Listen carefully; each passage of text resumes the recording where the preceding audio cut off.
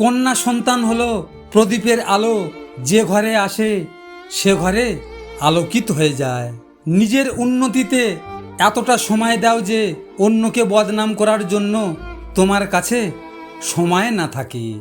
আমার একটা অভ্যাস, সবার সাথে ভালো সম্পর্ক আমিও রাখতে চাই, কিন্তু সমস্যা হচ্ছে কারোর সাথে তেল মেরে চলতে পছন্দ করি না। আপনি কি জানেন মানুষ পাল্টে যায় কেন? সময়ের সাথে সাথে মানুষ কখনো পাল্টে যায় না।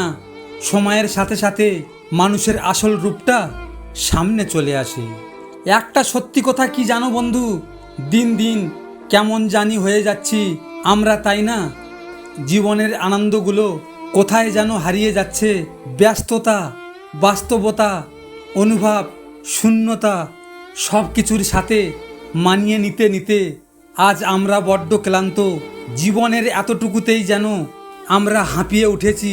মনে হয় কার কাছে যাই, কি করি, কোথায় একটু শান্তি মিলবে। নিজের শরীরকে প্রয়োজনের চেয়ে বেশি সাজিও না, কারণ সে তো মাটির সাথে মিশে যাবে।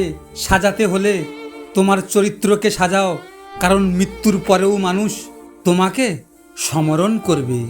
বাঘ সামনে লাফানোর জন্য এক পা পিছিয়ে যায়, ঠিক তেমনি জীবন যখন আপনাকে পিছিয়ে দেবে তখন ভেঙে পড়বেন না। আসলে জীবন আপনাকে সামনের দিকে এগিয়ে যাওয়ার জন্য সুযোগ করে দেয়।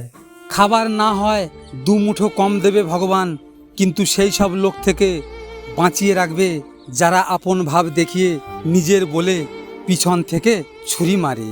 তোমার সুখের জন্য যদি তোমাকে ভুলে যেতে হয় তাহলে আমি ভুলে যেতে রাজি। ভুলতে হয়তো কোনোদিনও পারবো না, তবে ভুলে থাকার অভিনয় তো করতে পারবো। ভিডিওটি ভালো লাগলে পাশে থাকবেন, আর হ্যাঁ, নিজের খেয়াল অবশ্যই রাখবেন, কারণ এটা স্বার্থের দুনিয়া।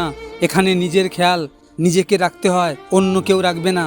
দেখা হচ্ছে পরের ভিডিওতে। ভালো থাকবেন, সুস্থ থাকবেন।